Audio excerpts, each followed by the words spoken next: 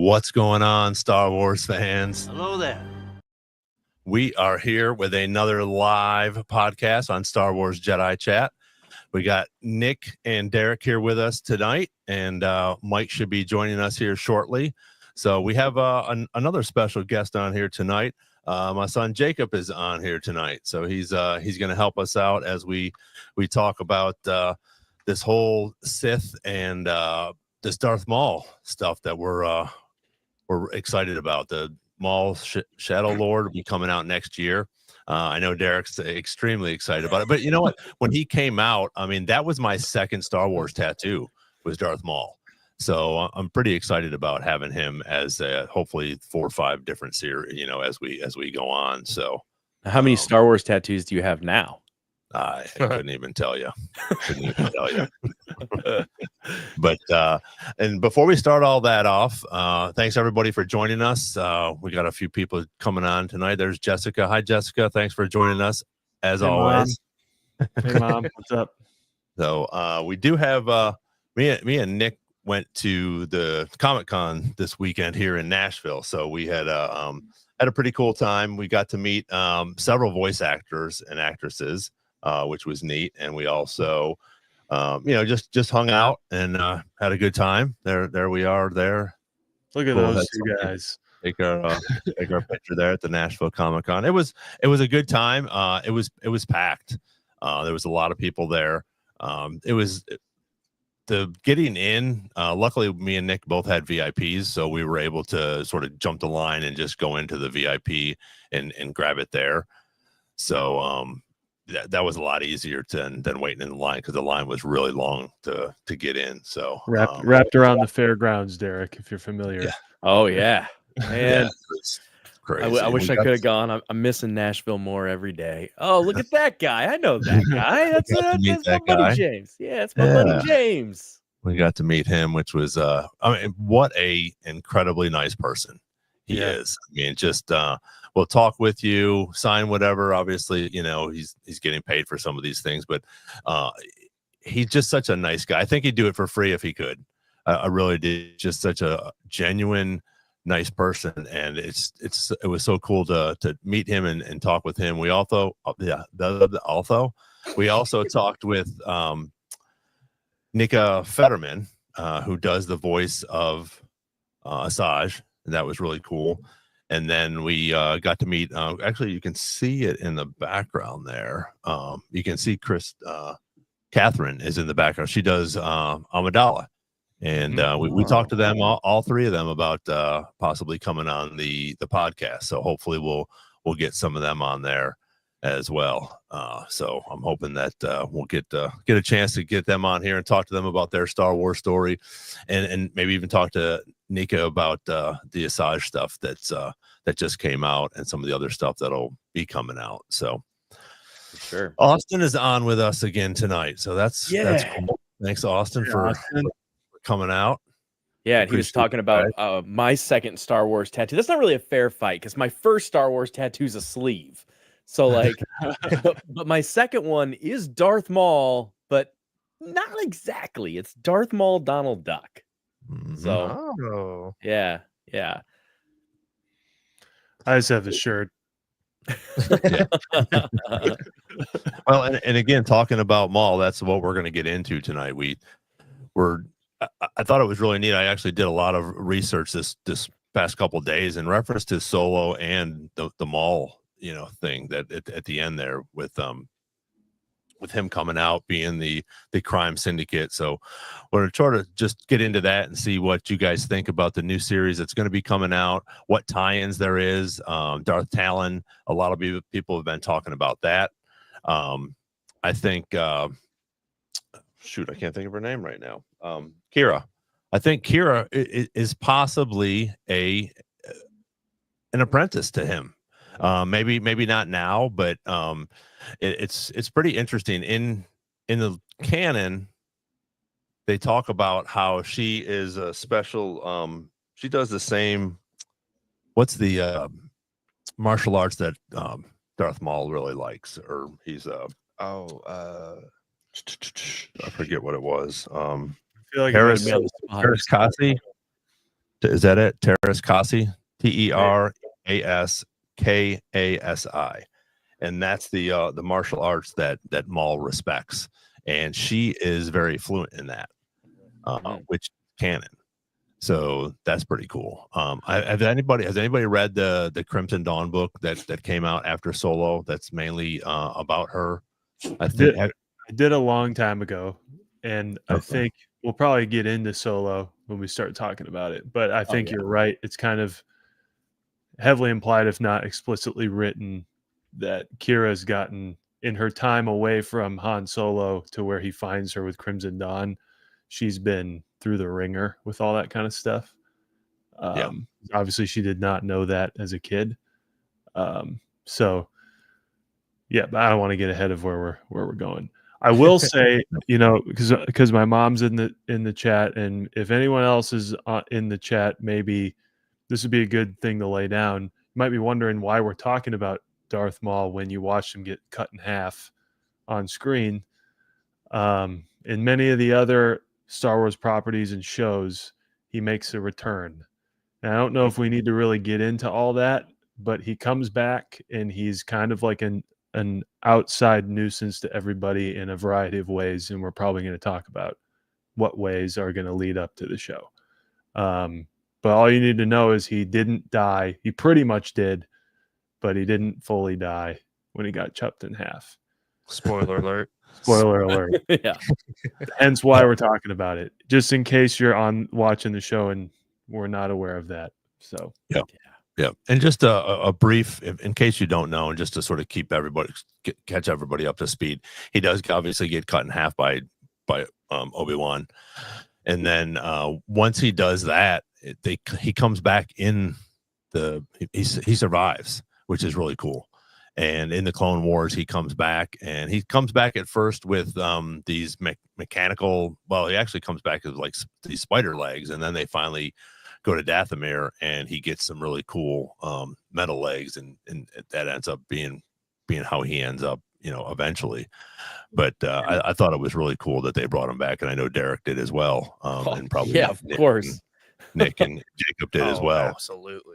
Because he was like a Boba Fett, I think, where he only had a little bit of time on screen, but everybody fell in love with him, which I thought was fantastic. And I'm really glad George brought him back. I will say, like, two things. One, you might think of that and think like, oh man, that sounds convoluted. And I feel like it's probably the best comeback they've done in that regard. Like, it seems an impossible task to bring him back from getting cut in half on a major motion picture, but it worked, honestly, if you go back and watch it. And then also, for all intents and purposes, he did kind of die. So they make a pretty big point to show how crazy and like completely broken, like he doesn't even know himself anymore. And it requires like some serious sorcery to get him back up to speed. So, we can go all day, but the one thing, like, I think my favorite thing from all of that with Obi-Wan cutting him in half is that not obviously not in that movie, but because of the animated series is where we got one of my favorite lines, and in my opinion, one of the best voice acted parts. And that's when Sam Witwer goes, Kenobi! Yeah. So great. So good. And how many times has he done that? Like 3? Like there's bound to be a compilation on YouTube for like, what kind of Maul are you today? What level of Kenobi are you? Yeah. and truly, like, that just goes to attest like all the different elements that can go into not only making a moment so beloved, but a character so beloved.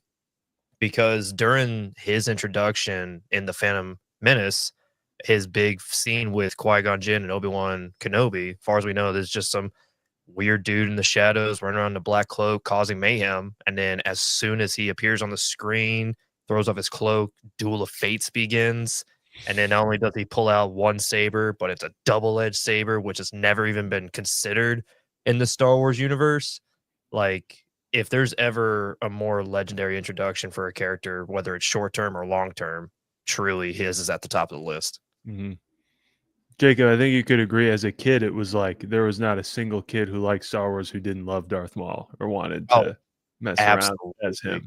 the amount of like county fairs or festivals or even just like action parks that you go, theme parks that you go to, and there's a little face painting stand, guaranteed spot in there besides the butterfly or the tiger mask is the Darth Maul face. Yep. Yep. Oh yeah. Well, and it was always so cool, like going to the parks before they got rid of March of the First Order at Hollywood Studios. Maul would come out, and they always had really great actors playing Maul. And he'd do some really cool moves up on stage, and that was all I cared about. Man, I gotta see Maul at the parks. He's alive. He's real. He's real to me. He's real to me, man. I don't care if he's an alien. He's beautiful to me. Do you guys think that what's your guys' thoughts on this Maul series? How far back are they going to go? Do you think they're going to? I think it's they have a timeline already. Yeah, that's why I made some notes. Nice to put the years together. We have a timeline already, which will be pretty cool. So go ahead, Nick. Well, okay. If we want to consider like the years, it's roughly 10 Solo, the movie, where he's big bad boss, is roughly 10 years before A New Hope. Rebels, where he has nothing, is roughly 4 years before A New Hope. So from about 20 years before A New Hope, where he loses Mandalore, and we see him at the end of Clone Wars get lost. From there, over the course of 10 years, he becomes a big crime lord, shadow lord, so to speak, which is the title of the show. Yep. And then within the next 6 years, he loses it. So, or, in some way is off on his own completely. And I want to bring that's Rebels, right? That's Rebels. Pretty much during Rebels. So I want to bring this point up too, just to span that. We got Mandalore, Crimson Dawn, and then Rebels, basically as his like 3 big moves, in that time period. Yeah. When he comes into Rebels and like the jig is up, he talks to Ezra and he's like, "Oh, I'm just an old man hanging out at this crazy place and I can help you out." And Ahsoka knows who he is. Cat's out of the bag. But a big point is that the Inquisitors call him the Shadow and they run away from him, which is interesting. So I'm assuming Shadow They know Lord. what a badass he is. Oh, Yeah, well, and these Inquisitors would not know who he is unless they've had some kind of mandate or like knowing of who he is. I forgot about that. Yeah, they wouldn't. So they run away from him, the Shadow. And then when the Rebels crew finds out that Darth Vader is there, Maul very much knows who he is and then runs away. So it's Inquisitors run away, Maul runs away. So within that 20 years, I think this show can kind of both give us context for Solo and for these Rebels weird things that happen. Hence, I would think the name Shadow Lord. If the Inquisitors know him, I guess like maybe as a target, as the Shadow, and they're like, "Oh shit, we gotta wait till Vader gets here," and then Vader gets there, and Maul goes, "Oh shit, this guy's here." I don't know. And there is the book Darth Maul, Shadow Hunter, as well. And there's also Darth Maul Lockdown, which I love that book. Mm-hmm. Oh my gosh, that book I think is written so well of like how much of a badass he really was, and how much power he had, and man, yeah, I could talk about that all night even. What's going on, Tim? Welcome. Appreciate you jumping on. Mike's on his way home. He's going to jump on here as soon as he gets home, so that'll be good. Obviously, he's listening, so he won't have to catch up with anything. What's your thoughts on this Darth Talon?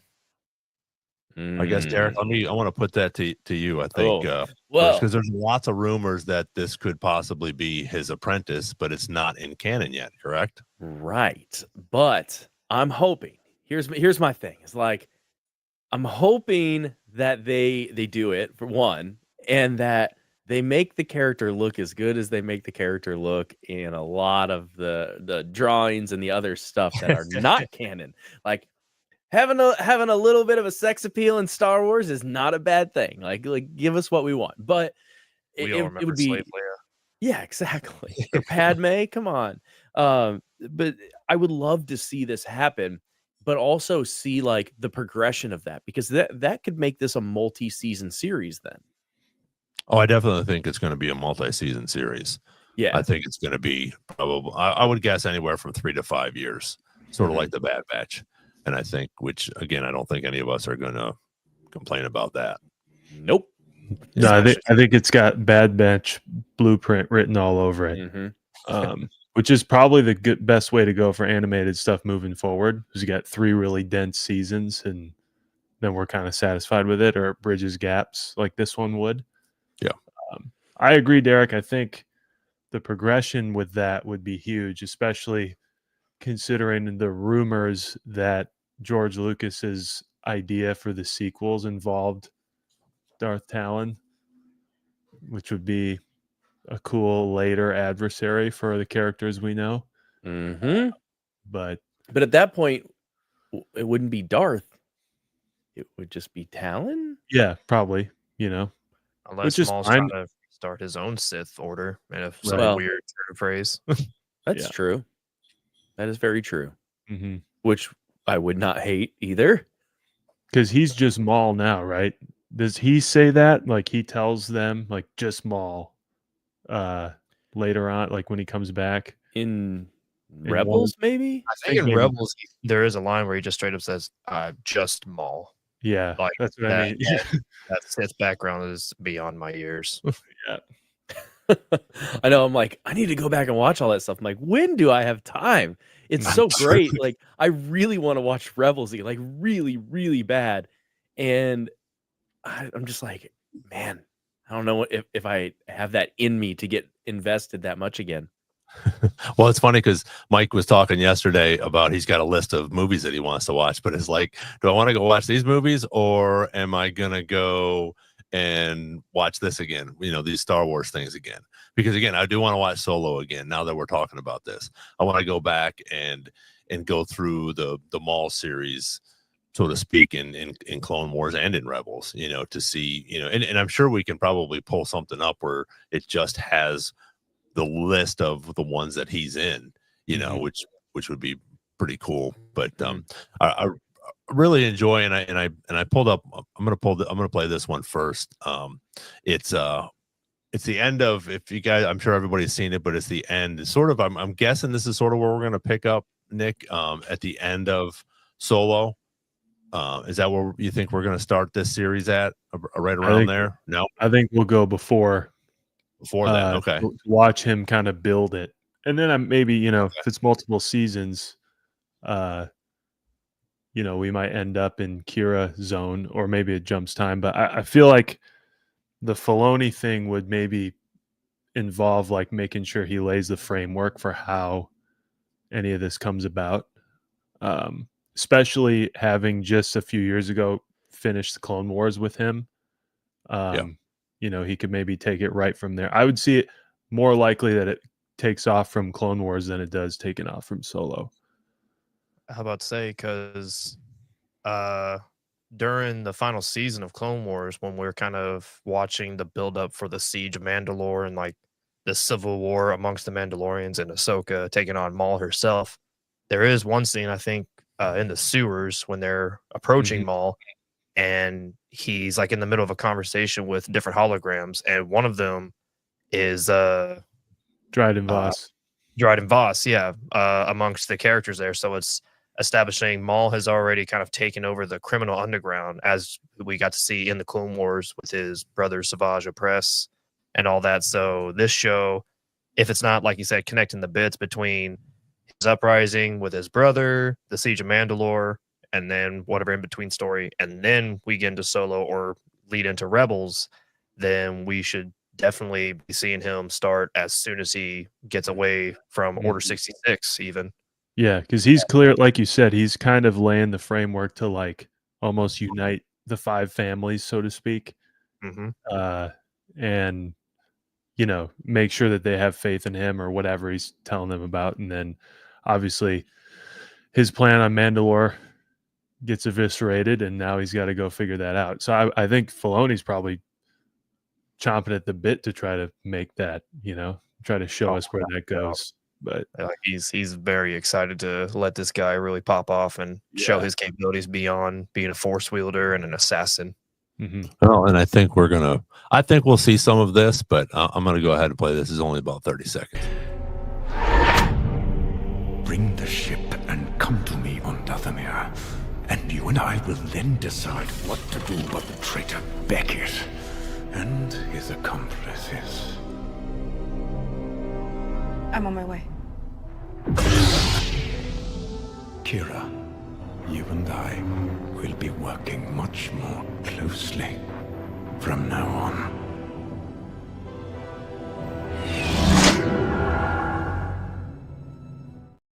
So good. Amazing. So amazing. And for all of us in the theater, when that popped on, we were all just like, what? He's back again. Yeah.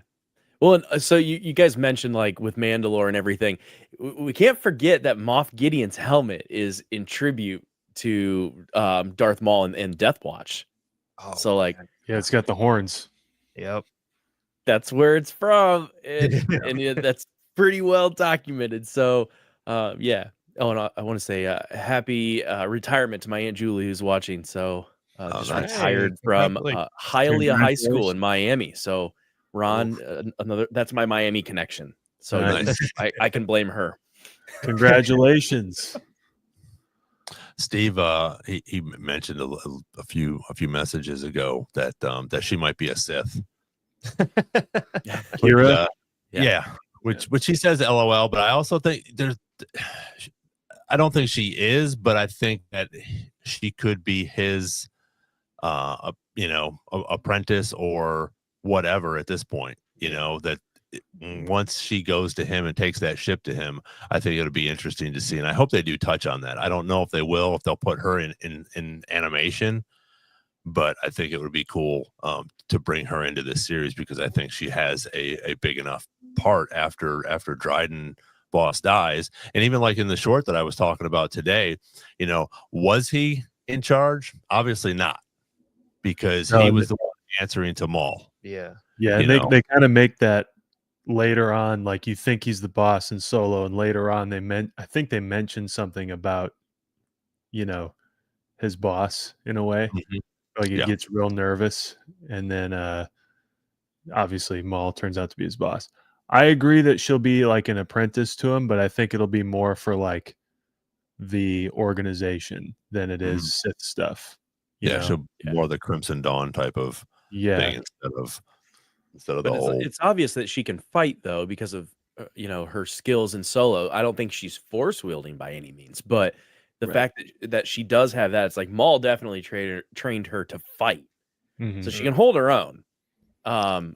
And she's done things that you can never imagine or never understand, and it's like, oh, are we gonna learn some of those things?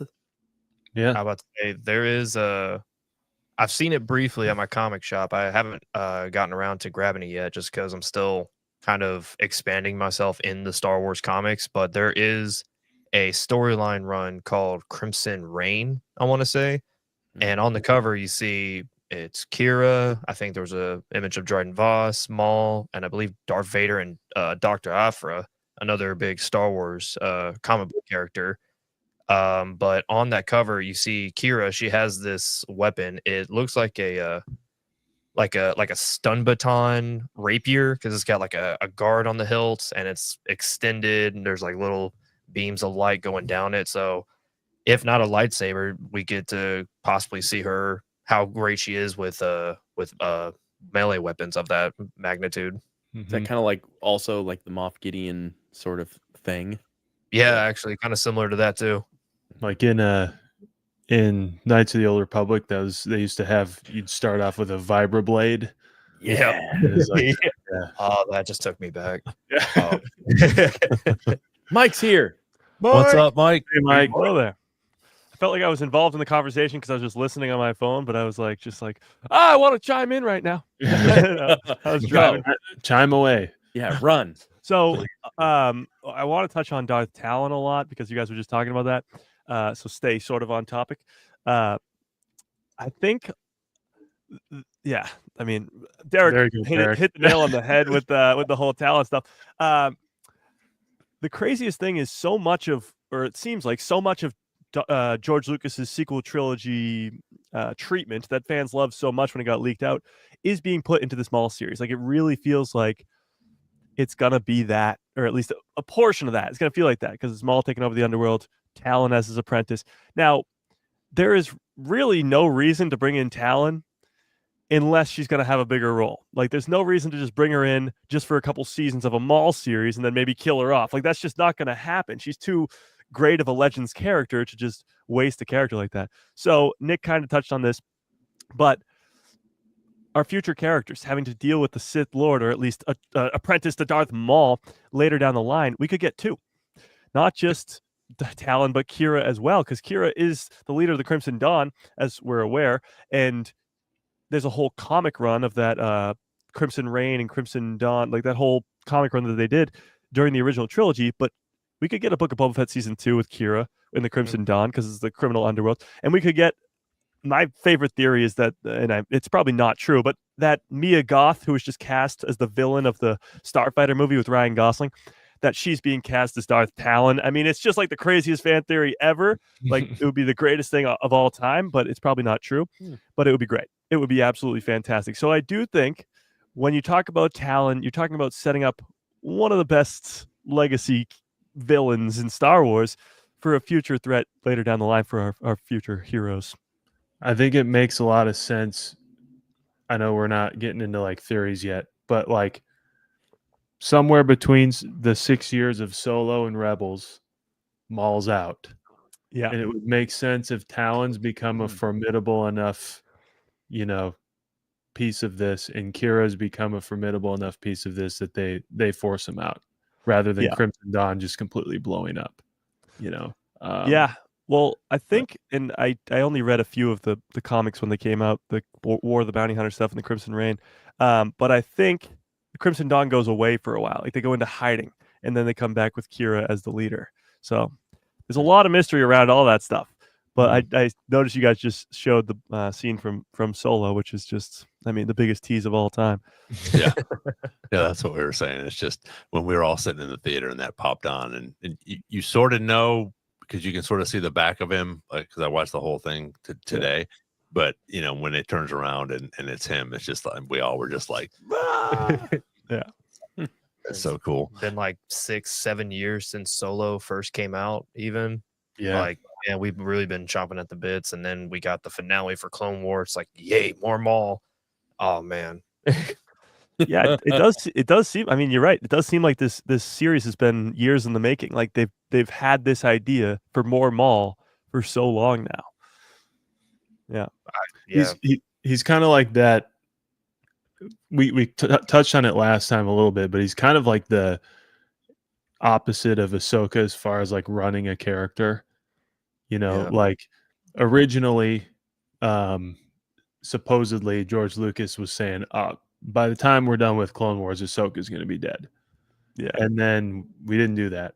And I feel like, but people love her, and like we love her enough to be like, we can use her as a vehicle to all these stories. Yeah. And the same can be said for Maul. And I think it kind of, as far as years in the making goes, I think they're always kind of working on where to weave them, because they're actually, you can't just throw them in somewhere. They got to have a real thing. I thought it was brilliant to throw him into Solo, because I guarantee you not a single person was expecting him when they first saw it. Nope. And it gives a little bit of weight. I liked Solo. I thought it got a bad rap, but it gave a little bit more weight to Solo to be like, oh, this is actually not just a Han Solo fun thing. Like, this has a real implication. Yeah. Sorry, go ahead, Derek. No, go ahead. Finish your thought, because mine's going to be another rabbit hole. Okay. How about this rabbit hole, Derek? We were talking like 2 weeks ago that if they did an animated series between Return of the Jedi and The Force Awakens, that'd be a good use of legacy characters like Han, Leia, and Luke. And I feel that Han's, connection to this Crimson Dawn thing could be like the test run, since, you know, the quote, "We'll deal with Beckett and his accomplices," could be the test run of throwing a legacy character like that into animation briefly, even though we're probably going to be, you know, focusing a lot on Maul. But I don't recall the leaked trailer having any protagonists in it. It's just antagonists, Maul and, you know, all these Dryden Voss, all these people. Yeah. So I don't know who the good guys are going to be, you know? Well, Yeah. this is where my rabbit hole comes in, because I feel like part of this series is to help kind of, not necessarily repair. Yes, I'm saying repair the sequels, because the Knights of Ren are in the comic book series. So they're in Crimson Reign.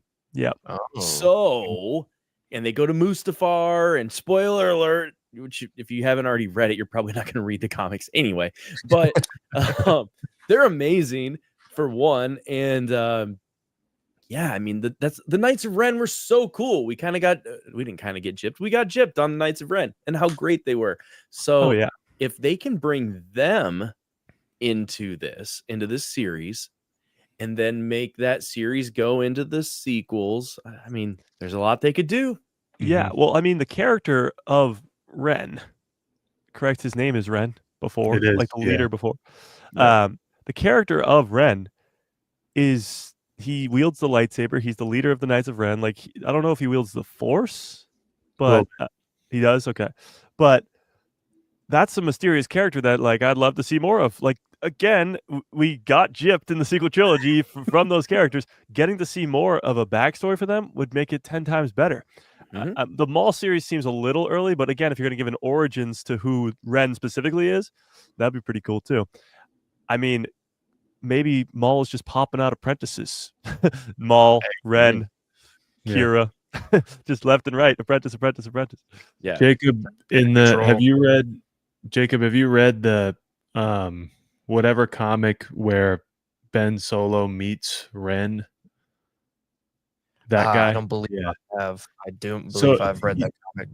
To your point, Mike, I don't remember if his name is Ren, but he discusses their like ideology, which is like the Ren is the red blade, and so they like worship that, and then whoever has it. But I don't know if like what his deal is. I don't think they really go into it, other than they try to mess with Luke and they say, "We'll leave you alone, but come back to us if you're interested in having fun, kid." And then he does.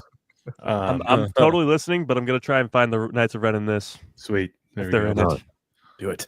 Yeah. Do it. Well, that guy B, appreciate you guys jumping on. Hunter Ranger. If you guys have any questions, or if you guys have any thoughts on what you think Maul Shadow Lord is going to be about, or some of the characters that are going to come on there that Dave's going to bring on, let us know what your thoughts are. If you haven't already, make sure you subscribe and hit the like button while you're here. We like you guys interacting here. It just gives us a little bit more, instead of us talking about what we're talking about. We can answer some of your questions. So appreciate everybody coming on tonight and talking about Maul series and some of the stuff that I feel that Solo is going to bring into more of the Maul series, as we watch the last little scene there with Maul.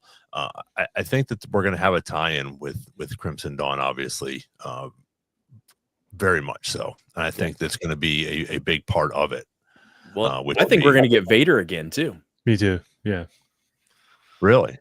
Oh yeah, because that whole Knights of Ren thing and them going on to Mustafar, because the whole thing was like Kira was trying to destabilize the Empire, and so she was trying to use them, and then they try to break into Vader's castle on Mustafar, and like that could be a whole series of its own. And I would love if that's what this comes to. Is that the comic book? Yeah, that's in the comics. Yeah, and that one's in the comics. And then, like I said earlier, Maul definitely knows not to mess with Vader in Rebels season 2 finale. And the Inquisitors know Maul as the Shadow. So the Inquisitors' boss is Vader, They know Maul by a weird name just by seeing him, and they run, and Vader shows up. So I think that's, to your point, Derek, not just the comics, but that, like, there's a lot of nuisance to Vader that Maul is. And I think maybe the more interesting tie-in is we still don't really know what Darth Sidious did with him way back when he kills his brother and says, I'm gonna leave you to do what I want. I don't know if Sidious just said, keep doing your thing, it helps me keep making things unstable, or if he said, I won't come after you so long as you don't do X, Y, and Z. And if by the time we get to Rebels, the Inquisitors not only know who he is, but Maul is like, that guy Vader, I'm out. See ya. You guys are on your own. I feel like there's some ground to cover, I would say that's without a doubt a great point about like how much the Emperor is going to be included with this upcoming show, because that's his niche. It's just playing his own game, and the only person that knows about all the emotions that are currently in action and all the tools being used is always only him. Anyone that gets close to figuring it out, he either wipes them out himself, or he figures out a way to tangle the strings up till it knots up and tears away. Gets rid of that problem. So Yeah. it would be surprising if that's his goal, is have Maul unite the criminal underground so they're somewhat under his control, whether that's for his own benefit or even just to push Vader. Like, hey, test your limits. Can you take care of the guy that was my apprentice prior to you? Are you capable of wiping out the entire criminal underground as my second in command as a Lord of the Sith? Or are you just some whiny kid that I saved from being destroyed on a lava planet? Yep. It would be pretty devastating if we got Talon and she was great for like 2 seasons, and then Vader comes in and just as a point kills Talon. That'd be horrible. Yeah. I did find the Knights of Ren, and honestly, it sounds like we're missing out big time on this group. So it's a pretty big description. It's on this bottom corner, so I'm gonna read it, but I'll try and read quickly. So the Knights of Ren. Those who dwell in the unknown regions have long whispered legends of the Knights of Ren. These band of marauders were said to have burned their way across the galaxy, consuming everything in their path. In recent years, an enclave of warriors have stepped from the darkness and claimed this name. So seemingly they were a long time ago, and now these guys have just claimed the name. And the fear that it instills across the galaxy. Each of the Knights of Ren harbor the shadows of the dark side within them. So they might all be Force users, but this is where things get kind of cool. But unlike Sith, they're not trained to harness the connection to its fullest potential. The late Luke Skywalker once claimed that the Knights use the Force like a hammer rather than a blade. Perhaps the only truth to ever fall from his lips. This is written by a Sith Lord. So, but for some jobs, a blunt instrument is more than sufficient. The Knights of Ren do not adhere to any code, do whatever they must to triumph. The price to join their fable ranks is simple. Choose a worthy target, give them a good death, quote unquote. This cost was one that young Ben Solo paid in full when he struck down the group's master and assumed the leadership of the Knights of Ren himself. That sounds awesome, and we need more of those guys. Yeah. That's what I'm saying. Like, this could easily lead into them getting their own series. I mean, it could lead into a lot, like the Crimson Dawn show, which would involve them, or even them getting their own series. Because usually that's what happens with these shows. The Clone Wars leads to the Bad Batch, and I guess the Clone Wars leads to Maul as well. And Maul is going to probably lead to Rebels. So now they're all going to just be like leads to the next, leads to the next. So I'm so excited. I'm like giddy. And it never hurts to have new ways of seeing how the Force can be used, because we got a little expression of that through Star Wars Acolyte during the High Republic era with that like witch clan organization and how they were able to use the Force in their own way and had a different terminology to it. So if the Knights of Ren allow us a new opportunity of seeing what the Force is like when it's being just bluntly struck at times, rather than continuously flowing through the galaxy as every previous Force wielder has shown us, that's definitely going to be a really cool way. Because just imagine the kind of multitudes of destruction they bring if they're bringing it like a hammer. Yeah, and I mean, you talked about the witches and the Acolyte, but you have the Night Sisters too. And we're going to be getting a lot more of the Night Sisters in all the Ahsoka season 2 and stuff with Thrawn. But it's just people using the Force in very, very different ways. Because the Jedi and the Sith, although they're the prominent ones in the galaxy, there's other people who can use the Force in different ways. Brett's comment was fantastic. I just read that too. Oh yeah, sorry, Brett. I just didn't read that portion of it. Yeah, that's my bad. May the Force be with you, and also with you. Actually, sorry, you guys keep going. I just saw this. This portion says "Heir to the Empire," so I have to read it. Hang on. I love that Mike's and like you can always tell like when I'm like Googling and double checking everything I'm saying because like the light starts changing on my face because like I've got this giant screen in front of me. So it's like you can tell there's like little flashing going on. Like, oh, Derek's researching. Screw it, we'll do it live. We're doing it live. This book is calling the heir to the Empire Rey, girl who sits on Jakku. Oh, which one is that, Mike? This is the Shadow or the Secrets of the Sith. Oh, okay. Mike, does it say that like the cult thinks it's her because of her lineage? Yeah. It says, just as stunned the inferior child spawn of the flesh, he stunned his father, in quotations, in the ways of the Sith, and talking about Dathan. And then when he seared a genetic heir to the Empire, so when he has Rey, a new opportunity to ensure my legacy arose. I guess Palpatine's writing this book. So this is all from his perspective. Well, I like that. Yeah, I have the. I wonder who the Jedi one's written by because I got the Secrets of the Jedi too. I think the Jedi one's written by Luke. Yeah, it's all lies anyway. Yeah. Exactly. Yeah. There's one guy, Obi-Wan Kenobi. What a whiny guy. Kept getting in my way, jerk. There's a passage in that book about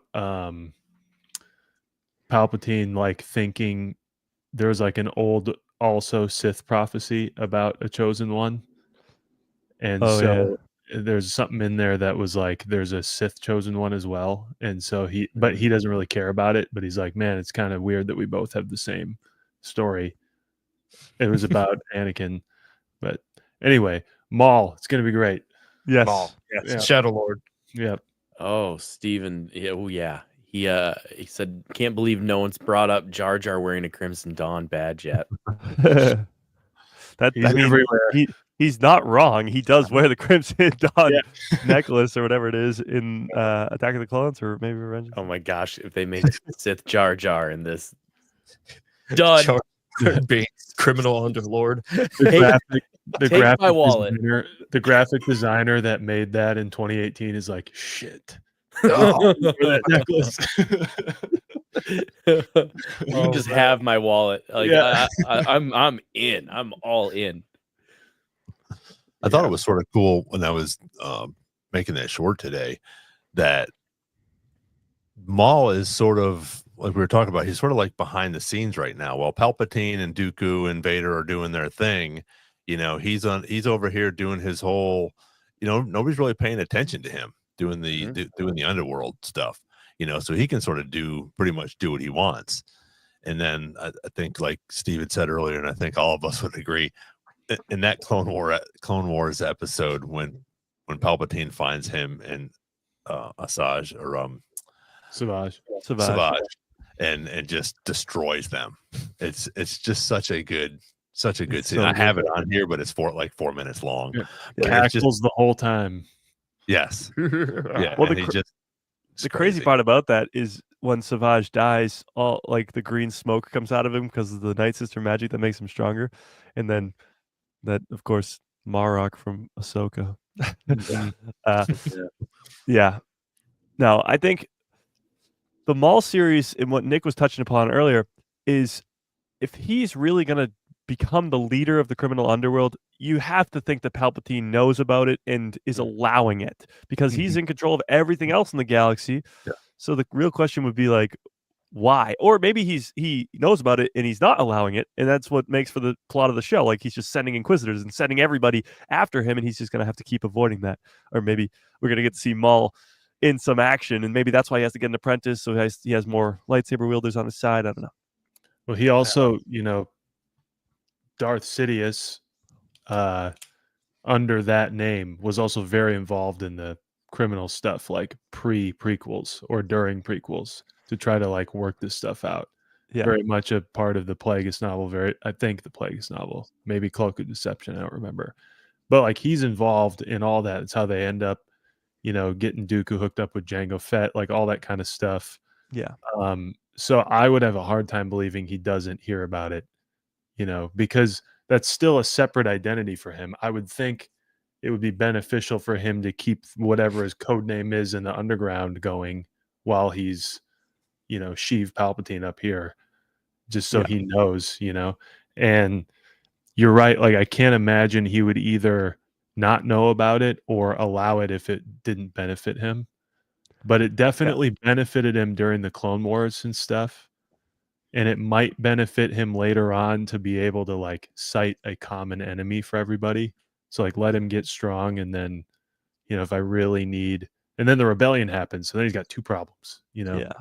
And then I wonder, like, how does Crimson Dawn and all these crime places, like, how does that line up with what Luthen's working on?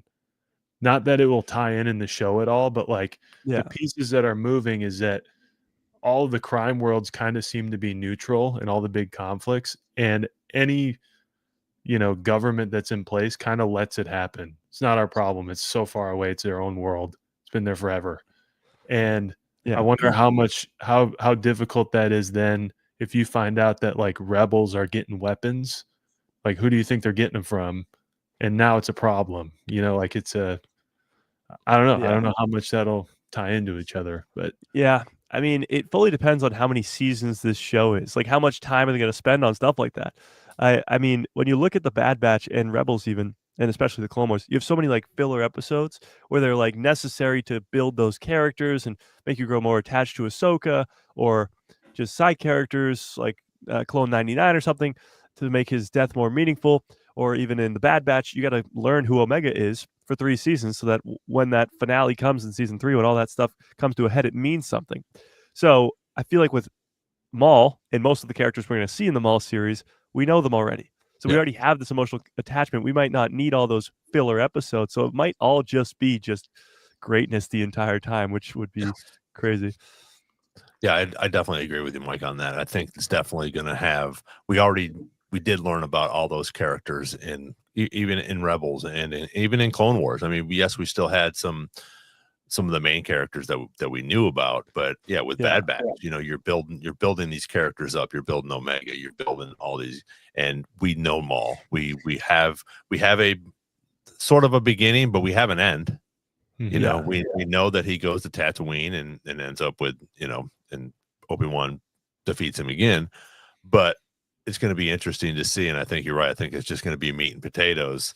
Maybe we'll get a Talon in there, Darth Talon in there, and we'll have a couple other people that we're going to have some backstories to. But if we go 3 or 4 or 5 seasons and we do anywhere from 15 to 21 episodes each season, I mean, that's a lot of Star Wars that we're going to get. We're going to get a lot of characters. Plenty of lore. Yeah. So bring it on. I want all of it.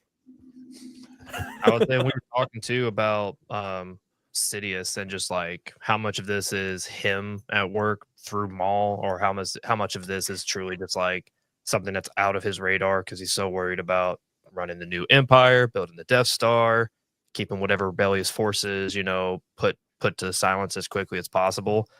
One of, I think, Emperor Palpatine's like greatest characteristics is without a doubt his, if not his intelligence, then his capability of gaining information. Because one great example, Mike, I don't know if you've read the comic series Darth Maul, Black, White, and Red. No. So there's a storyline there. It's only like 4-issue long storyline, very short and sweet series. But there's one story where Sidious sends Maul on a mission. So this is all prior to the Clone Wars. This is prior to the Phantom Menace. This is just like the little, hey, I'm going to keep using you as an assassin until you can prove your worth as a Sith apprentice. And he basically sends Maul after, I believe he was either a pirate or just some kind of real low-class criminal. And Maul even tried asking him, like, why am I going after this guy? What's the significance? And of course, Palpatine's like, are you questioning me, little man? Are you really questioning me? He's like, not at all, sir. But Maul then makes note of, like, he sensed fear in Palpatine. He sensed concern. So he goes after this guy. He hesitates killing him when he finally catches up to him. And he finally asks him, like, what about you is so important that my master would send me after you, or that somebody would want your head? And he straight up tells him that I really can't really think of anything, but I did follow what's the name of Palpatine's like right hand man in the Senate? Masameda. Massive. This criminal was following him around because he saw him walking down an alleyway, not normal for. Oh, there's Chewie. And he sees him paying money off to some other criminal character, some bounty hunter, assassin, whatever. And he kept following the guy, like, why would a person of the Senate be down here? And he follows this guy all the way to seeing him meet up with Palpatine. And he's like, I figured I could blackmail Palpatine. Who could get more money than blackmailing a member of the Senate? And so Maul's like, so that's why Master is so concerned. This guy almost debunked the entire, cloak and dagger plan that Palpatine was ensuing during the prequel trilogy to build up his own empire. Like, this guy could have easily thrown a wrench in it and ruined the whole thing with this publicity stunt. Yeah. That's awesome. But I will say too, on that point, when we see Maul at the end of season 7, so sort of the last time we saw him, he's talking about Palpatine a lot. He's like, my former master, he was this was the plan, this was always the plan, all this stuff. He actually tries to get Ahsoka to join him to take down Palpatine. Mm-hmm. So it's really like, where is Maul's head at right now? Because he has all that information. He knows who Palpatine is. So in theory, he could out Palpatine, but that's sort of too late now. But that's a great story right there. And it does give you, like, Maul knows all. He really does. He knows a lot more than anybody else about Palpatine. Yeah. That's for sure. You played Outlaws, correct? Yeah. And so I was reading something today in reference to that, and where it actually says post Rebels that Maul, once he's a crime boss, that Kira is sort of, I guess, even in a position to be his successor. Is there anything in that you remember? Is Maul in that? No. Kira is, though. It takes place during the original trilogy, I believe. I'm not sure when exactly, but Vader is in it for a second. But Kira is like, you work for a bunch of different crime bosses, and it's open world, so like you can be friends with the Crimson Dawn or friends with the Hutts, and the Crimson Dawn are mad at you, or like, so there's all these different aspects to the game. You could be more friendly with other people, but Kira is the leader of the Crimson Dawn at that point. Like, Maul's dead at that point, so she is already the successor. Okay. But it will be interesting because Kira's, as far as we're aware, not Force sensitive, and she doesn't show any signs of it in that game or in the comics or anything like that. So she has the abilities of combat that Maul had, at least training from Maul, but she doesn't have the Force. If Talon, going back to Talon again, she has the Force and the combat style of Maul, she's going to be a very formidable character moving forward. But going back to the whole Maul and Palpatine relationship, it's going to be, because any chance we get to see Palpatine is great, but how much we're actually going to get to see him will be even weirder. Like, he has to know that Maul's on Dathomir. And if he knows that, then he's purposely leaving him there, purposely letting him do his thing. Maybe Palpatine's got more important things to deal with. I don't know. The Inquisitors, like this time period, if we are, it said a couple of years after the Clone Wars or whatever it takes place, if we are in that early stages, like the early stages of the Inquisitors, the early stages of giving Darth Vader the shining light, spotlight in for the rest of the galaxy, because right away he doesn't bring out Vader. Sort of takes a minute. So getting to see all that stuff will be really cool, because the Bad Batch is that same time period a little bit. I think maybe this will be a little bit after that. So we got to see in the Bad Batch first season, especially right after Order 66, we got to see the turn to the Empire, turn to the Stormtroopers, turn. We got to see the transition. But the Maul series is going to give us the transition with the Inquisitors, Vader, Palpatine, in the criminal underworld, obviously. But that stuff's going to be awesome. I'm Yeah, really I could excited to see. Oh, sorry. No, go ahead. I was just gonna say I'm really excited to see how life on Dathomir is gonna be, because this is gonna Yeah. be post Clone War. So after General Grievous essentially goes and wipes out the rest of the Night Sisters, Yeah. how it's all gonna set up his like home command base there for the organization. How much movement we're gonna see? How many Night Sisters are we gonna see? Maybe creeping in the shadows, or he might be communing with like the Witch Mother herself, like in spirit. I'm very curious to see how they're gonna do all that for him. Whoa, hang on. I just completely remembered something. He's on, so this is after all the Night Sisters have died, and Maul's on Dathomir. There's a couple characters that we know are on Dathomir post Order 66. One is actually, when does that take place? Asajj Ventress getting resurrected by Voss and Obi-Wan. When does that happen? That'd be during the Resurrected. Would be during the Clone Wars. It still is during the Clone Wars. That'd be pre-Order 66, I think. Okay, but the other one is Merrin. Merrin's on Dathomir until Cal Kestis shows up 5 years later. Oh yeah, Mhm. Cal Kestis coming to And a Dathomir. bunch of them, they're kind of like communing, like Jacob said, kind of in and out of communing with each I other. don't said know the anyone. words that got Derek's attention. I know. I don't know anyone that wants Cal Kestis in anything. No, Not at all. I've What been a waiting. Derek, you ever heard of for a him? way. Never. I've been Never? waiting for a way to sneak Cal Kestis into this too. But Well, if like I said earlier, there was no evidence of a protagonist, just following Maul. So Well, if- it could be. if Maul is on Dathomir at that time, well, first of all, Terran Malicos is also there, and Mhm. Merrin is there, and then Cal Kestis shows up again, depending on how much time you spend on Dathomir as Cal Kestis, which for me was a lot. So it depends on how long you're going to spend on that place. So, I mean, if he's originally on Dathomir, because in the description for the show, it does say Maul plots to rebuild his criminal syndicate on a planet untouched by the Empire, which people are just assuming is Dathomir because in Solo he says Dathomir, meet me on Dathomir. But at first it might not be Dathomir, maybe somewhere else first, and then years later he goes to Dathomir. I don't know. But Merrin would be a really cool one. And speaking of, hang on, sorry, this is completely on topic but off topic.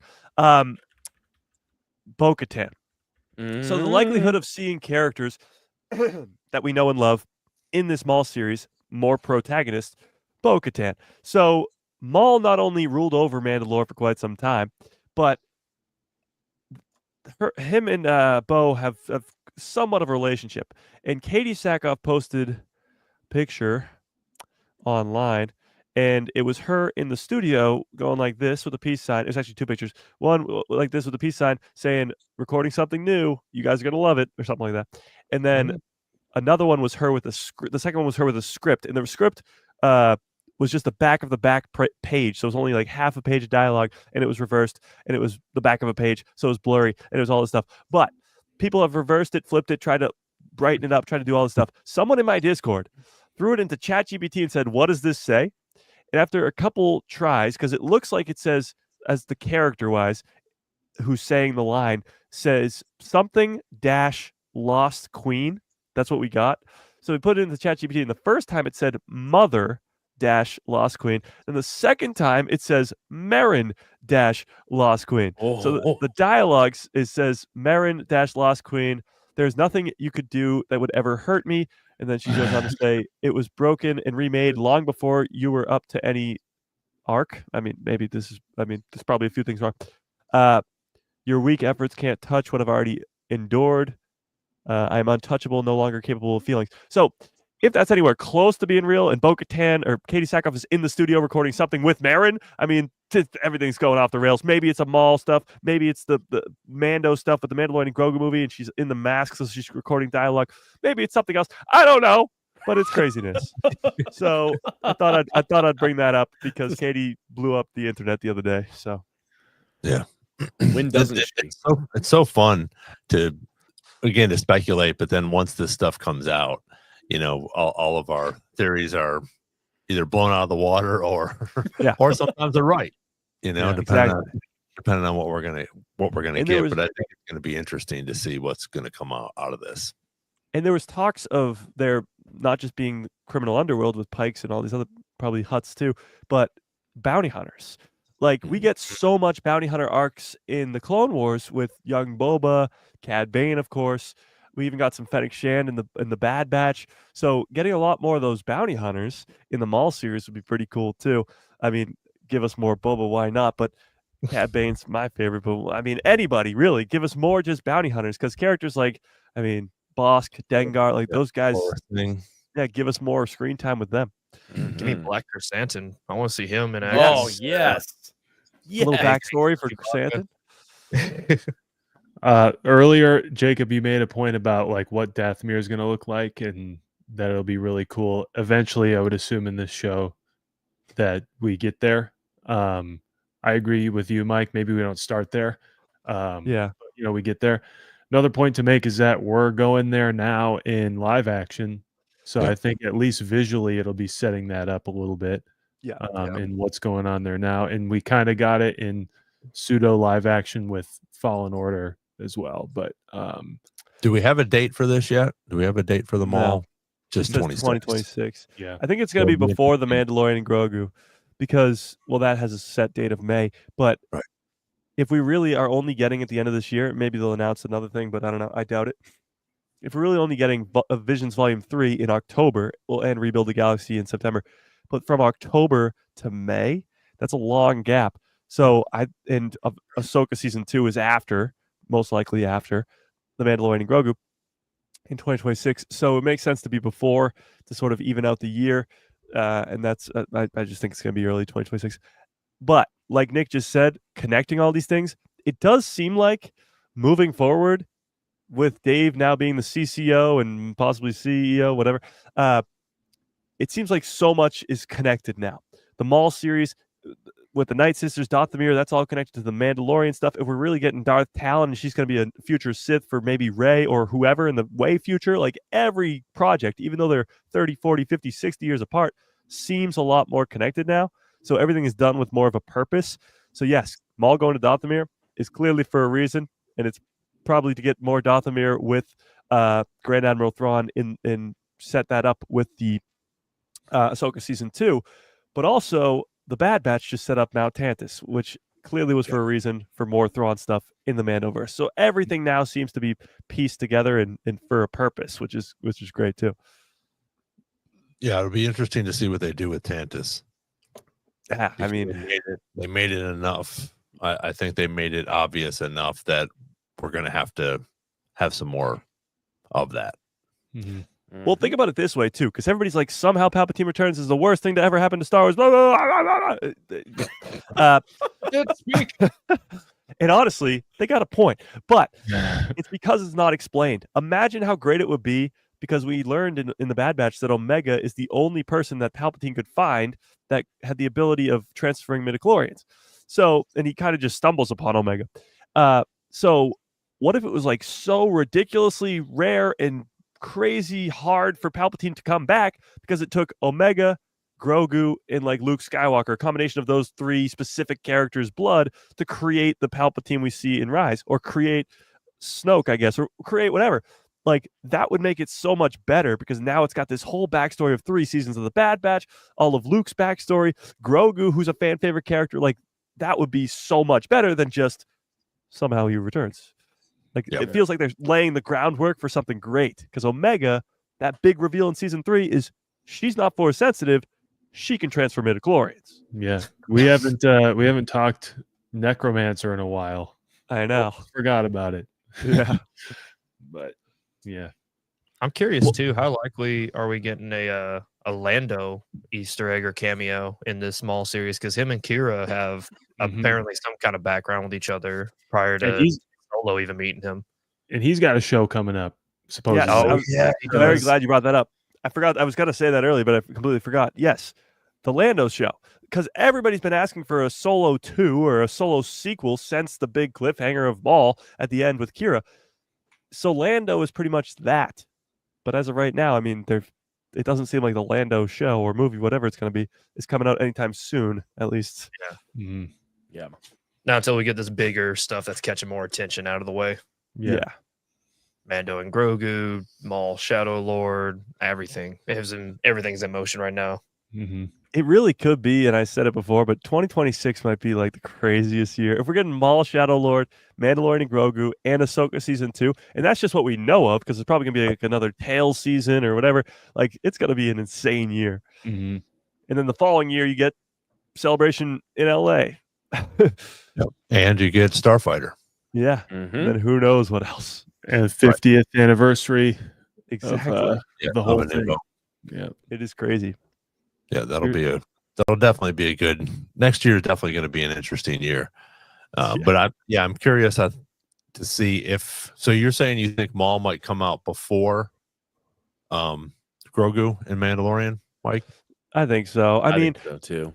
honestly, what we're talking about here of Thrawn in the Night Sisters on Dathomir and Maul on Dathomir, it might actually be that the Maul series has to come out first because it sets up Ahsoka season 2 in maybe a subtle way. Mhm.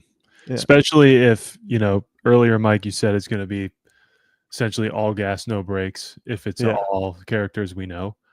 Yeah. If they just do like a big season and that's it, and it just hits, then that would be an opportunity to set up Ahsoka season 2 and then leave it be, Yeah.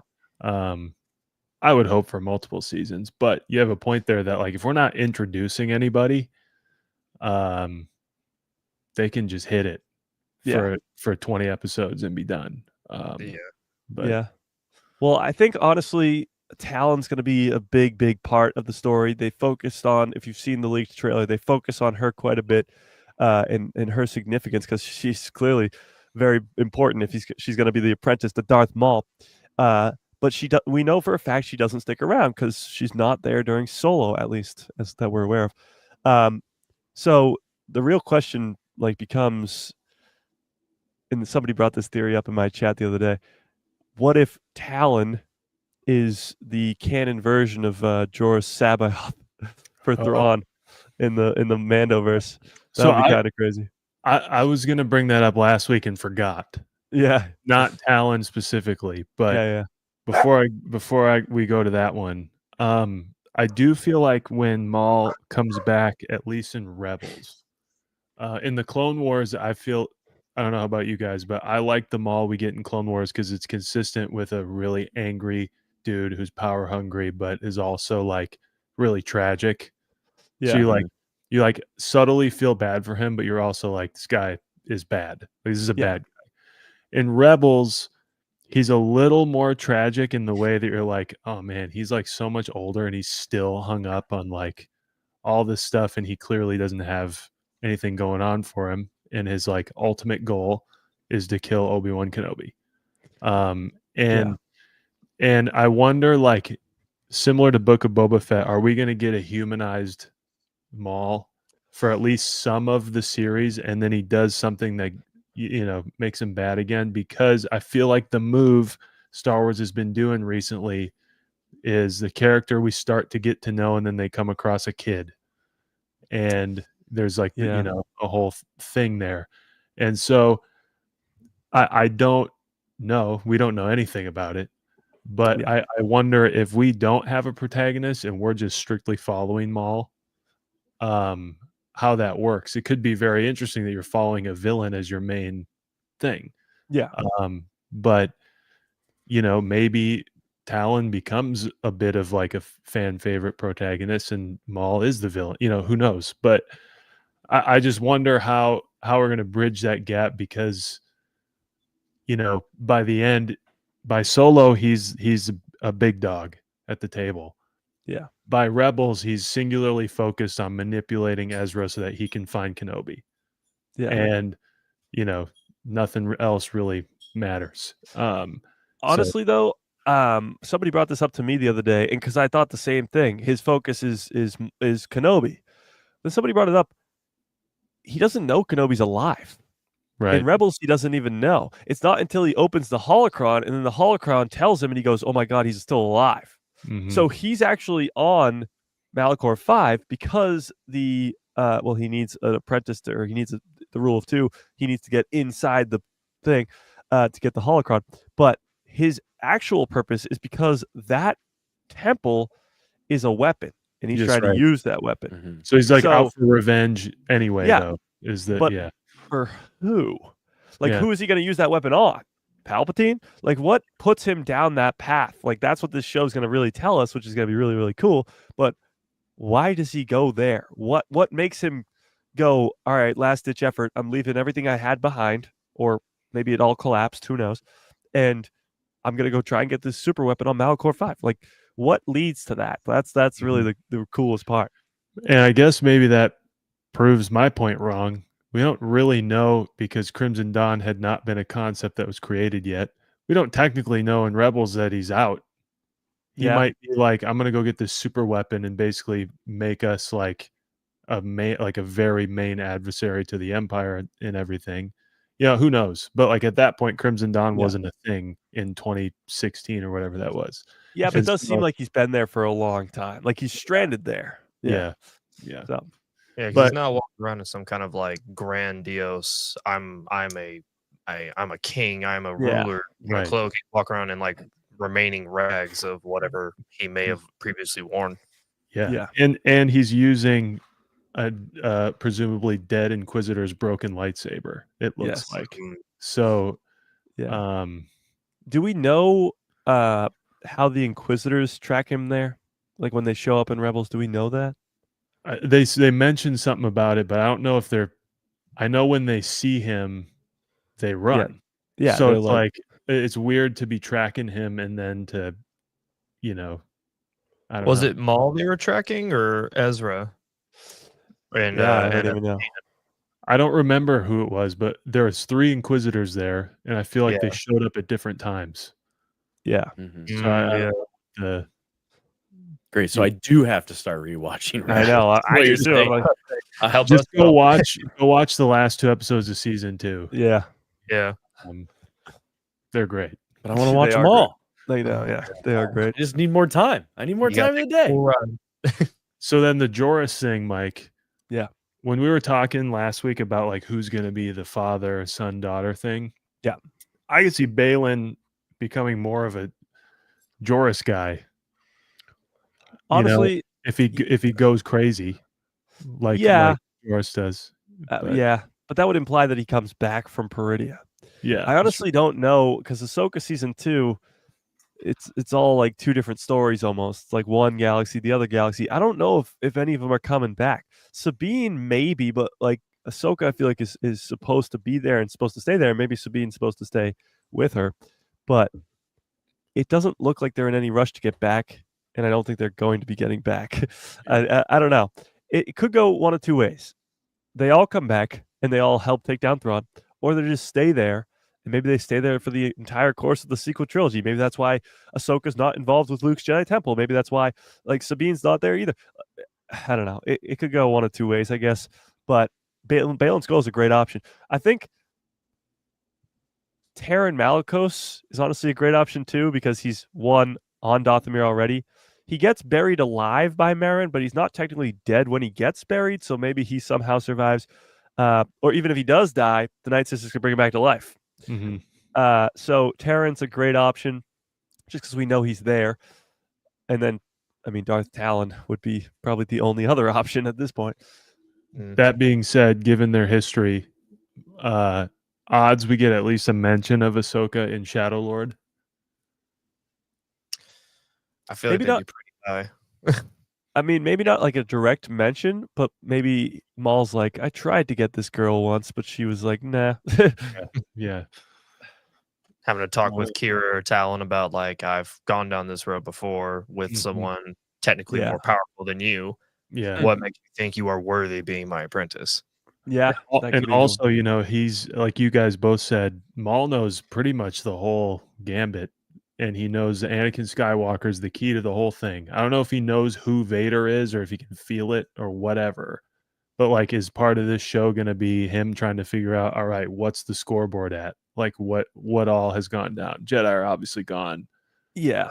Like where are we at with this whole thing and how do I fit into it? And Maul got absolutely destroyed by Sidious, even with his brother. So he knows that he can't take him on head to head. Like he just knows he's going to lose. So maybe that's why he tries to train Darth Talon. Maybe that's why he tries to train Kira. Maybe he's just at a constant attempt at trying to get his revenge on his former master, or just take back the Empire, or take his empire. And maybe that's why he's gaining all this power, because he knows that he can't take down Sidious by himself, because they get absolutely destroyed by Sidious 2-on-1. His brother's got Night Sister magic steroids. Like, it's not even it's not fair. Like, Palpatine just whoops the floor with them. It's crazy. Yeah. And then, if he doesn't know, like Obi-Wan doesn't really know that Vader's alive. Yeah. Although Obi-Wan knows who Vader is.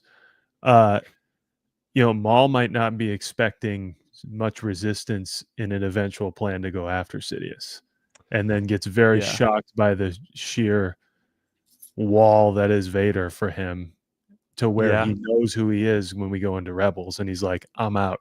See ya. Do you think he knows he's Anakin, though, or do you think he just knows he's really powerful? He either knows, like, oh, the new apprentice is a big deal, but he does know that Anakin's been getting groomed. Yeah, true. So, like, I don't know. Yeah, because you'd be like, who else would be the apprentice? And who else would be able to just scare the bejesus out of me? Yeah. Like this, I don't know. I can't remember the exact lines, but I'm pretty confident during the whole section, the arc of the final season, where Ahsoka and Maul interact with each other, and they've got they've got him caught in a corner. I'm pretty confident Maul made mention to Ahsoka about Anakin. Like, he obviously is trying to leak information. Like, you don't realize who's truly the big bad here, who is the reason for all this happening. And he tells her. Yeah, he tells her directly that Anakin Skywalker has long been groomed. Yep. Yeah. No, it's actually great, because she's about to join him. She's like, okay, let's do it. And then she goes, but one question: what's your deal with Anakin Skywalker? And then that's what triggers her, because she's literally about to join him, but then he tells her that he's been long groomed to be the next apprentice. Like, he's the key, and she's like, that's a lie. And then they fight. So she's ready to go, but she loves her master so much that it's too much. So yeah, he knows that Anakin is the key. So he would assume that Vader's Anakin, I guess. I don't know. To some extent, I'm sure. Because he's clearly shown that he's clever, or at least smart enough to, if not make connections, figure out the entire situation itself. Like, what is happening, what is actually going on, versus what am I visually seeing on the surface. Yeah, and from his position, he assumes that if Sidious wins, he got Anakin on his side. And so if he looks out at the landscape and goes, all right, the Empire's here, Jedi are gone, so Anakin Skywalker must be around. And then he finds out, the story is that he's dead. Maul would probably be the first one to be like, I don't know, man. Like, pretty doubtful. Especially if he thinks Obi-Wan's dead, Yeah. But I don't know. I think this show might touch on that kind of thing, but I don't think it'll be. Well, let me pose this. So in Clone Wars, we see Asajj Ventress attempt to kill Dooku because he tries to discard her. Then she comes back with Savage, tries to kill Dooku, doesn't have, a million different attempts to kill Dooku. Even in Dark Disciple, Voss and Ventress try to kill Dooku. What if there's an attempt by Maul and maybe an apprentice, Darth Talon or something, to go to Mustafar and attempt to assassinate Vader, much like Asajj did to Dooku? Yeah. That would be sick. I'm assuming, I didn't want to stoke the flames. I'm just assuming by how it's placed in Rebels that they've at least made contact. Yeah. Between, and I'm not saying that the prediction is they're going to fight in Rebels or in Shadow Lord, but that would be pretty cool. And I think it could also be I've always thought it'd be interesting to have Vader experience the throne room thing more than once. Yeah. He experiences it with Dooku when he cuts his head off.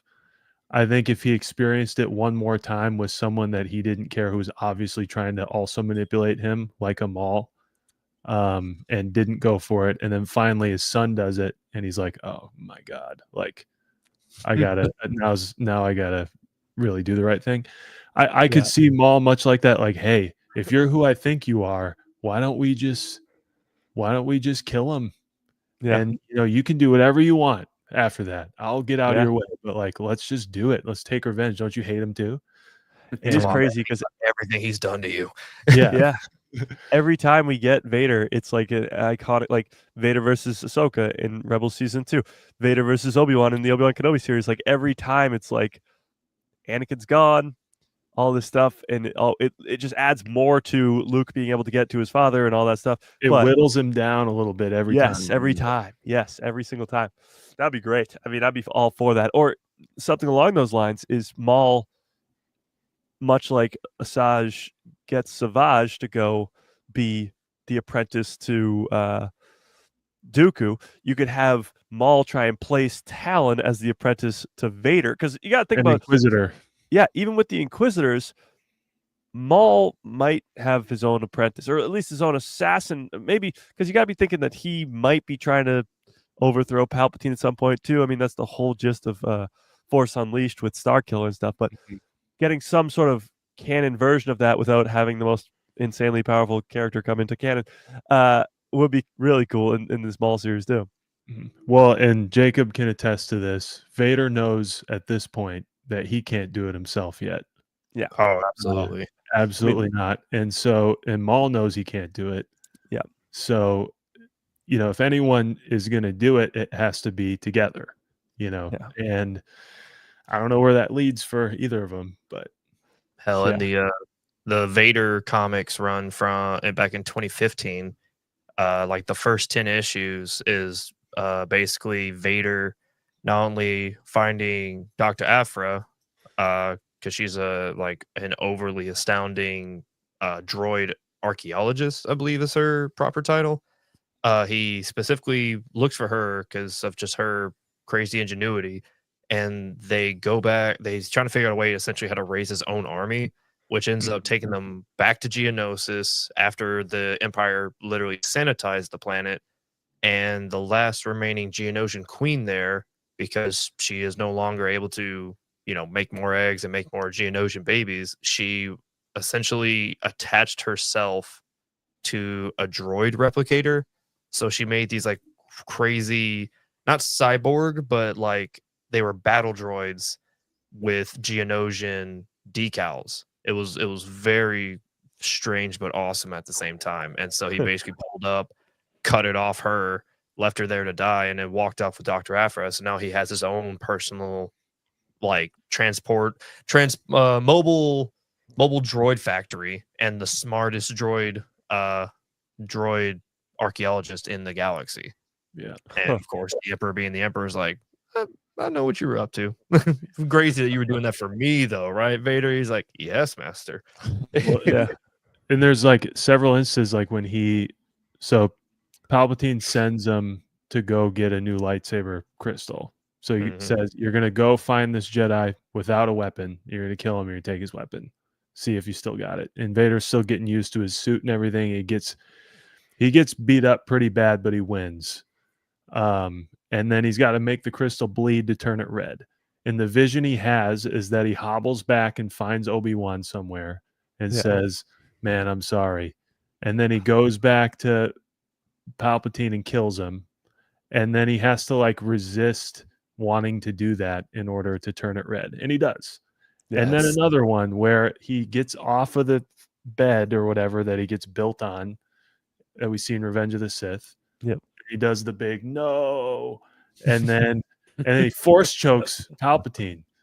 And Palpatine just zaps him and like brings him an inch away from death. And he's like, basically says, I know this has been a difficult time for you, but you got to get it together. Like this is because I have no hesitation to do what Obi-Wan couldn't do. So let's do this thing. And then later on, he brings him to Exegol, and Vader is in front of the biggest red kyber crystal ever. And Vader's getting like burned away. And he's like, dude, I can't handle this. And Palpatine's just standing in it, cackling. He's like, you don't get it, man. Like, you can't touch me. Yeah. And so he knows that at some point before we even get to the original trilogy, like, man, I'm subservient to this guy. I hate him, but what am I going to do about it? Yeah, I can't, And so him getting the opportunity and recognizing through his experience of being manipulated himself that a guy like Maul is just manipulating him to go after him might be one of those, Mike, the whittle away factors of like just one little notch in the armor at a time that Vader's like not going to do the right thing until he does. But no, absolutely. I mean, the whole suit is designed for Palpatine to be able to still control him. Yeah, because Anakin is ridiculously powerful. mm-hmm. Yeah. Have y'all seen I think there's like a, if not a collector's little kit, but like a book with like the blueprints and a bunch of different things. Mm-hmm. And like in detail for Darth Vader's blueprints talks about the different mechanizations and ways that Palpatine specifically installed to torture and drive Vader crazy, essentially, to always keep him right under his control. Yeah. Well, and to that point, like it's perpetually causing him pain. Mm-hmm. And like it's one part control, 2 part like I gotta make sure Vader is always present. The only way he's not gonna feel the pain is if he's like steeped in the dark side. Mm-hmm. And if from the Plagueis novel, as you guys may have experienced, Palpatine, we can call him what you want. His training was wild. He got tortured. He's a master at every form of lightsaber combat out of mockery, because he thinks the Jedi are lame. Yeah. So he just mastered all their stuff. He Plagueis tortured the shit out of him. So I feel like he's like, hey, let's see what you're made of. And then the benefit is I kind of control you in the process. So do you guys think that so when Maul started turning on his own to do his stuff, the Shadow Collective is, I guess, what it was called. Mm-hmm. And then I was looking online today, and they were talking about the series is also going to dive into is him consolidating that, and bringing that power into Crimson Dawn, and all doing it under the radar to try to, establish this whole thing. And I hope that we get to see some of that. I think that'll be pretty interesting to see how he does that. Again, getting in with the underworlds, the Hutts, the Pikes, people like that, or species like that. I think it'll be interesting to see if they dive into that. And I think they will. I hope that it's not just one season, Mike. I think it'll be 2 or 3. At least, because again, we have so much, and there could be some filler stuff with the bounty hunters or some other characters, because again, even with Clone Wars, it's about Anakin and Ahsoka for the most part, but we see a bunch of different episodes where it's not all of Anakin and Ahsoka. Yeah, I mean, well, what if it's Palpatine's first, just to sort of mess with Maul, I guess, sends bounty hunters, and then it's Inquisitors, and then it's Vader. Like, what if he just keeps growing more and more, so we get the bounty hunter stuff? And like, there's so much. There's too much story to be told for it just to be one season. Yeah. If you're gonna do Talon, and then you're gonna do post solo stuff with Kira, and lead into Rebels, because it's supposed to explain why he's on Malachor 5 the way that he is, it has to be more than one season. It's probably got to be at least 3. Well, there's absolutely going to be stuff with the Hutts and the Pikes, because I mean, it wouldn't make any sense to not have them in there. Yeah. And I would love for them to dive more into like the Hutt side of the story too, and how they make a play, and like how Palpatine allowed that. Because otherwise, like we've said it several times, it's only happening because he's letting it happen. And it's a distraction for what he's doing too. So like, how's he weaving them in and letting them do their crime syndicate? Actually, Hellrunner Base in the comments just brought up a great point. I believe he says, did they say that Marok would be featured in the show too? I believe the Marok Inquisitor, which he's based off of, we don't really know what's going on there because of the green smoke and Ahsoka, but he's in the teaser trailer. Like, he's the one at the end of the trailer where he says something like, oh, it's you, or something like that. Like, he recognizes it's Maul. and probably reports back to Palpatine that Maul is there and whatever. But yeah, I think either Marok or that Inquisitor will be in the show for sure. Mm-hmm. But he's not a very good Inquisitor. Well, that's the thing. Like, if Maul kills him, Yeah. if Maul kills him in like 2 seconds, well, then it confirms that the Marok we see in Ahsoka is brought back to life from Night Sister magic, which we assume is the real thing. But that's crazy. Yeah, It's like pretty Savage Opress. Mm-hmm. Yeah. Yeah, which is crazy. Well, and I thought, I don't know if one of you guys said like today, I think it was interesting because Asajj is just like, he's there to take the beating, I guess, so to speak, because he's not as skilled. He's still learning from Maul, and just got put back together from the Night Sisters. So it'll be interesting to see. Do you think we'll see any of him in this? Do you think we'll touch on any of that stuff? I mean, maybe he'll be from mentioned, but Wars? no. Yeah. No, it definitely won't. I mean, flashbacks We have maybe, enough but I of him. seriously doubt it. We saw enough Yeah. of him in Clone I think Wars. if we're talking like getting Marok in this, is it Marok? Or I call him Marok, but I don't know. Marok. Doesn't really make sense. Marok. We're getting Marok. Yeah, if we're getting him, we're probably getting a little Morgan Elsbeth, maybe. Yeah, I mean, because Dothamir again, she's All that probably stuff they're setting up. Who would rule out Thrawn then? If So Are we gonna get Thrawn? yeah, I don't know. I don't know. That is interesting. Do we think this show is going to try to kind of space itself out more from like what the Clone Wars was, like really trying to get away from the lightsaber duels, the Jedi, the Sith, and just concentrate more on like the background of these major stories that we already know? Because we already have so many characters that are either confirmed or even just being teased. But it's like, how many more Order 66 survivors are we going to run into that may not be like major names, but for like people like us that are very deep into the legends and the little Easter eggs and side stories because of just how much they add to the overall tale, that would be like, oh man, I can't believe they actually brought this guy in of all these characters. Yeah, I think like Freddie Prinze Jr. would say, because Darth Maul is very much Sisyphus, where he's constantly pushing a boulder up a hill just for it to roll all the way back down. I think we might have like dual stories kind of at all times. Like him building this thing will kind of be like the cool new storyline thing, but it wouldn't be Maul without that underlying like, all right, what's going on with Jedi Sidious, possibly Kenobi or whatever. I think, and maybe we'll have 3 stories because it could be Talon or whoever that is running through both of them. I think the main premise, Jacob, what I would assume is kind of building his world that we don't know yet, while that underlying running thing will ruin it at some point, because he's going to be pushing the rock until until it rolls back down. Reaches out too far, then Emperor Palpatine or whatever other major force of strength in the universe at this time, maybe like or his own syndicate, his own people that turn against him, and Kira and Talon are the only people he can count on. Mm-hmm. Well, I think we're definitely going to see. Go ahead, Mike. No, I think with Talon, they have to explain where she goes. Mm-hmm. So I think maybe Maul trains her so well and she turns on her, much like the Sith are supposed to do.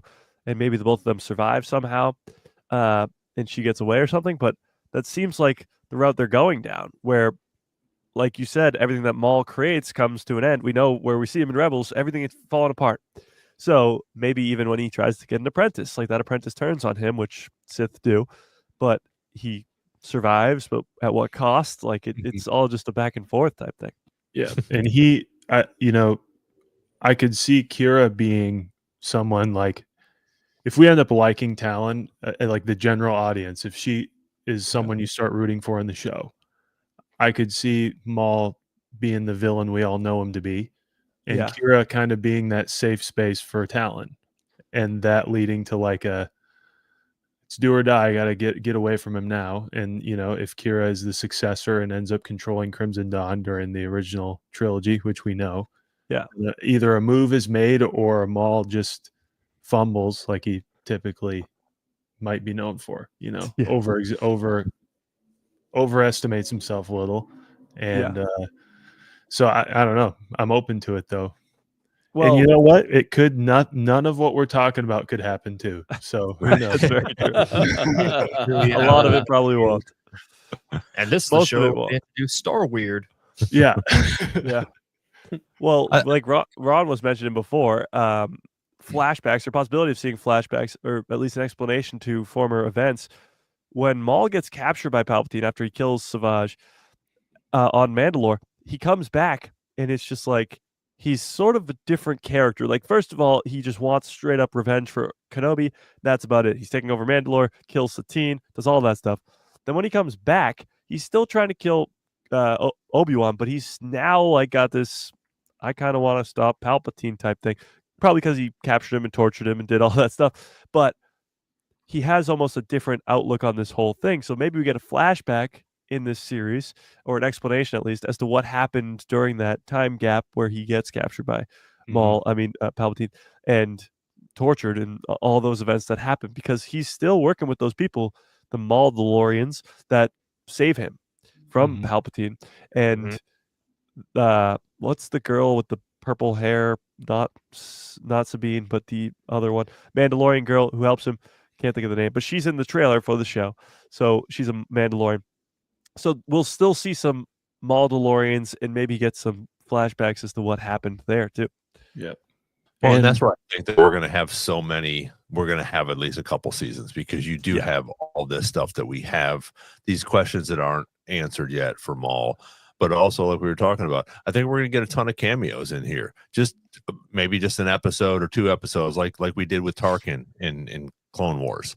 Yep. You know, you have them coming up and doing him and Anakin went on an adventure. Going to see some of these things in between, so that hopefully we will get more than just one season of this show. Well, Yeah.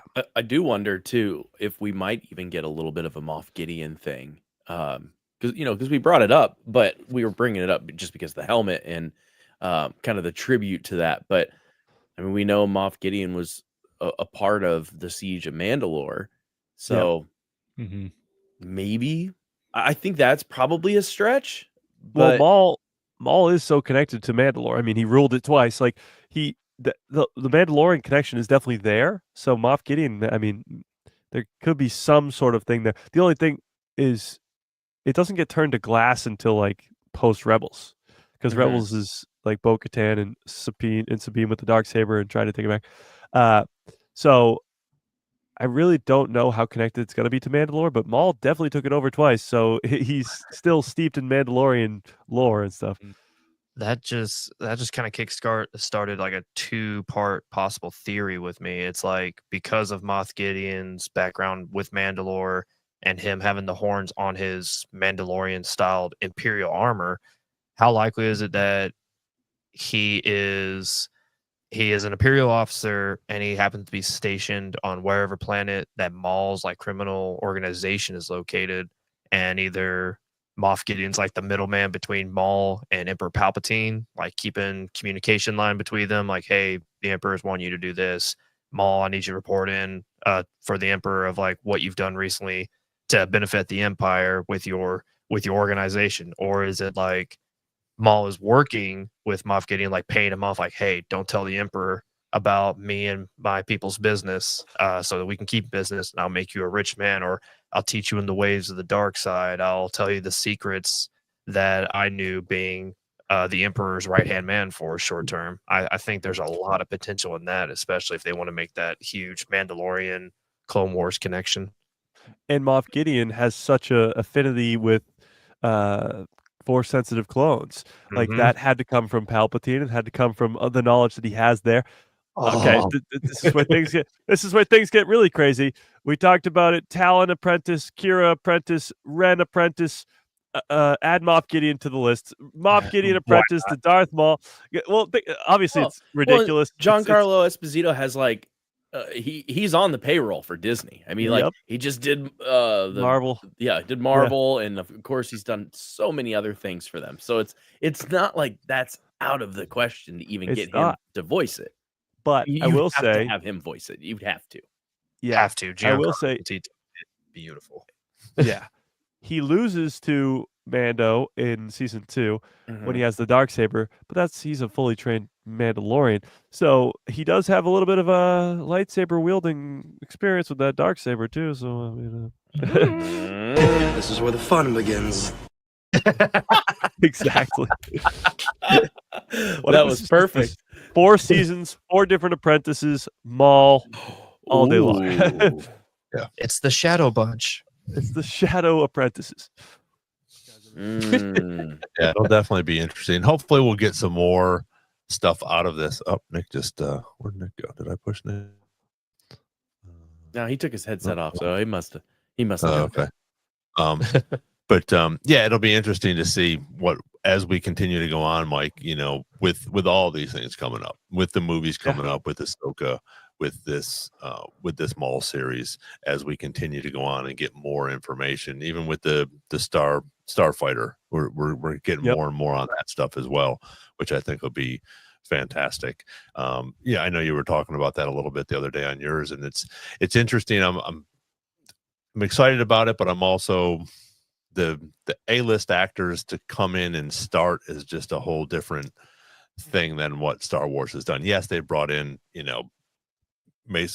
Samuel L. Jackson as Mace Windu, who is a A-list actor, but not as the main characters. So it'll be interesting to see as we go along, what sort of leaks we're going to get for that movie, the Ahsoka stuff. And even here, it was just interesting because I haven't seen that trailer yet. That was leaked on the Maul. I don't even know. Yeah, if yeah. it's even so was Talon in that? Yes. Well, not Talon specifically, but it's a Twi'lek who's being trained by Maul. Okay. So it's, I mean, if it's not Talon, then we're like, what are we doing here? Right. Red. Well, and they say that even Darth Vader, they say that George Lucas had plans for Talon at some point, somewhere in the sequel trilogy. Yeah. So I think that would be pretty cool to bring her into this as well. Yeah. It does seem like it's really all just going to be connected. Like the title of this stream today is this connected to the Solo movie? Absolutely. And it's connected to everything else too. Howlrunner Base actually just said it in the chat. Will we find out that Rook Kast is the armor? Rook Kast was the character I was trying to think of the name earlier. She's the purple-haired Mandalorian that helps Maul. So the fan theory that was roaming around for the longest time, especially with Mando season 3, was that we're going to find out who the armorer was. Never happened. But what if it's Rook Kast under that mask? Because she's clearly been around for a while. She's a Mandalorian. She's got horns on it too. She's got horns on it too.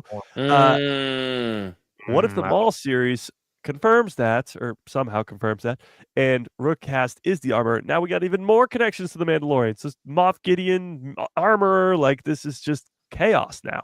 Is this gonna set up the movie? It could. It could. Yeah. Why not? Like could they when you watch, well, I don't know. Well, when you look at the MCU, because Dave Filoni said something at Star Wars Celebration about Kevin Feige and how great he did with that whole thing with the MCU and how every movie for the first 3 phases, that's for cast right there. Every movie for the first 3 phases was so interconnected. Everything was this leads to that, leads to this, leads to that. And I think with Dave Filoni now being rumored to be taking over the co-CEO role, it feels like everything seems more just connected now. Like the Maul series is going to be so involved with Ahsoka and the Mandalorian and Grogu, and maybe the armor is recast, and all this stuff is just maybe the Mount Tantus of the Bad Batch is being set up for Thrawn, and it just all feels so connected, and it's great. It's fantastic. And I think we'll get some answers too that'll fill in some of these blanks, which will be pretty cool. Besides the Maul stuff, I think we're going to get some more stories and some fill-ins in reference to some of these other characters as we go along in some of these episodes throughout the series. One of the big ones too is Asajj Ventress. We just saw her in Underworld. She leaves with a new apprentice. Like that's a big cliffhanger. I could definitely see her being somehow involved in maybe an arc or two of this Maul series where they come face to face, because these two characters know each other. Do they know each other? Oh, that would be pretty Probably interesting. for sure know of each other if she was so hooked up with Dathomir stuff. That's, You know? oh yeah, obviously. Yeah. While we're talking about Asajj, we will be having Nika Fetterman on, who is the voice Yes. of Asajj Ventress. So we have her lined up. So it's we're pretty excited about that. We'll get once we get that locked in, I'll let you guys know when we have that. So anybody here, keep an eye out for that. It should be hopefully the next couple weeks here. We did run into her at the Comic-Con here, and what an amazing person she was, and just took the time to talk to me. It was unfortunately it was before Nick got there, and then we got to meet Kathleen and and James Arnold Taylor as well. But just a very sweet, wonderful person, and as Jacob had mentioned to me, she does a ton of other voices as well in the anime community and Oh, yeah. different things like that. But Right now, her and James Arnold Taylor, especially, they're both not the biggest characters, but they are part of a game series I've been playing, Marvel Rivals. Me and my buddies play online. Wait, who does she voice in Marvel Rivals? She plays Hela, the goddess of death. Oh, okay. So Oh. I play so much Marvel Rivals, and I played it for like the first week, and I'm sitting there going, Magneto sounds so familiar. And it's James Arnold Taylor. And I was like, once it clicked in my head, I was like, okay, we're good. It was a Cartoon Network show back when I was growing up called Johnny Test. Did you ever glimpse on that? Oh yeah. So Yeah. obviously James Arnold Taylor played Johnny Test, the main protagonist of the story. But did you know that the guy who voices his dad in the show is Mr. Fantastic? What? No, I didn't know that. Oh yeah, they're like being a guy who loves so many different animated projects and video game projects. I find it so much fun when I hear a voice. I'm like, I know you. I don't know you, Yes. but I know who you are. Well, James has done so much with James. Star Wars. I'm like, you go to Rise of the Resistance, he's Lieutenant Beck, and Yeah. I mean, there's Well, tons. D. Bradley Baker's everywhere too. They just rebooted, I guess. I don't know. Phineas and Ferb, and he's like a bunch of different voices in that show. So Yep.